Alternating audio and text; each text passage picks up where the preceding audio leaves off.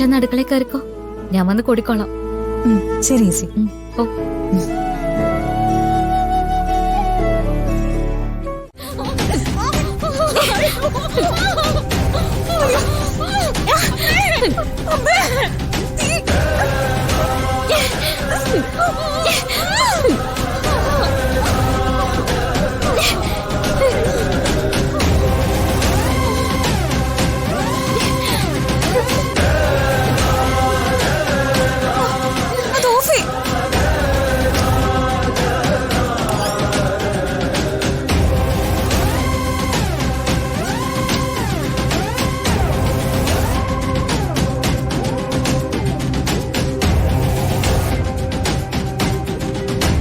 എന്താ അമ്മേ, ഇവര് പാചകത്തിന് സാധനങ്ങൾ ഒരുക്കി വെച്ചിരിക്കുകയായിരുന്നു. അത് കണ്ട് ഞാൻ അടുപ്പ് കത്തിച്ചതാ. ഗ്യാസ് ലീക്കായിരുന്നു എന്നാ തോന്നുന്നേ. പെട്ടെന്ന് തീ പടർന്ന് കത്തി. അയ്യോ, എന്തെങ്കിലും പറ്റിയോ പത്മിനി? ഇല്ല, അപ്പോഴേക്കും പ്രിയങ്ക വന്നനെ പൊതിഞ്ഞു പിടിച്ചു.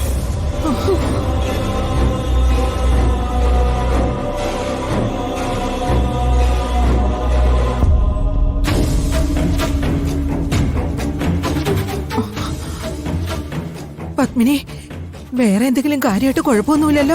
ഇല്ല, സാരിക്ക് തീ പിടിച്ചു, അത്രേ ഉള്ളൂ. മോള് കൃത്യസമയത്ത് വന്നല്ലോ.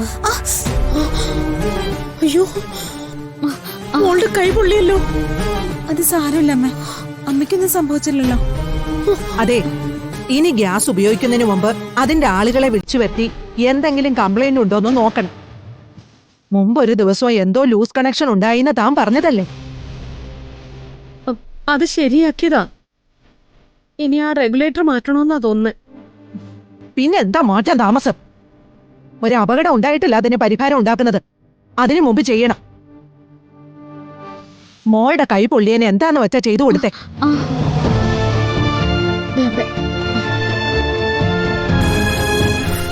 നല്ല വേദനയുണ്ടോ? കുഴപ്പമില്ല.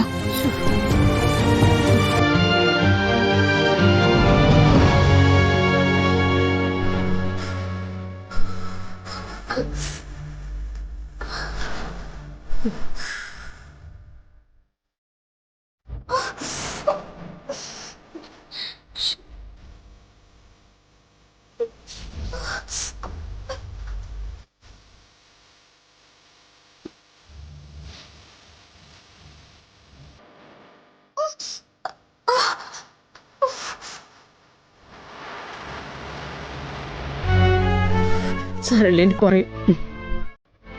അമ്മ പേടിക്കണ്ടേ, ഇനി മുതല് പ്രിയങ്ക അമ്മയുടെ കൂടെ തന്നെ ഉണ്ടാവും. അമ്മയുടെ ഏത് കാര്യത്തിനും.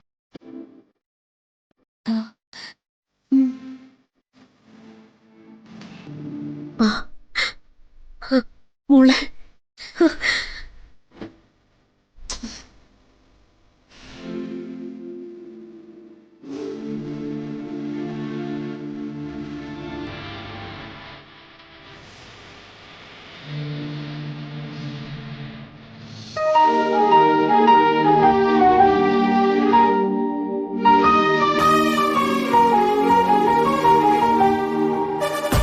നമ്മൾ എന്ത് ചെയ്താലും അവർക്ക് അനുകൂലമായിട്ടാണല്ലോ വരുന്നത്. ഒരിക്കലും ഇങ്ങനെ സംഭവിക്കുമെന്ന് ഞാൻ പ്രതീക്ഷിച്ചില്ല. ഇതിനെല്ലാം കാരണം ആ രാധിക. ചെറിയമ്മ കണ്ടോ, കരുതി കൂട്ടി പ്രിയങ്കയാണ് ഇതെല്ലാം ചെയ്തെന്ന് അവള് വരുത്തി തീർക്കും. അച്ഛന്റെ അമ്മയുടെ മുന്നില് പ്രിയങ്കയ്ക്ക് നല്ല പേര് വാങ്ങിക്കൊടുക്കുകയും ചെയ്യും. അതെ മുത്തശ്ശി, ചേച്ചി ഇവിടെ ഉള്ളത് എനിക്ക് എന്ത് ആശ്വാസാന്നറിയോ? ഇപ്പൊ ഇവിടെ എല്ലാവർക്കും എന്നോട് സ്നേഹമുണ്ട്. എനിക്ക് എന്ത് പരിഗണന എല്ലാരും നിന്നും കിട്ടുന്നെന്നറിയോ? അതിനൊക്കെ കാരണം ചേച്ചിയാ.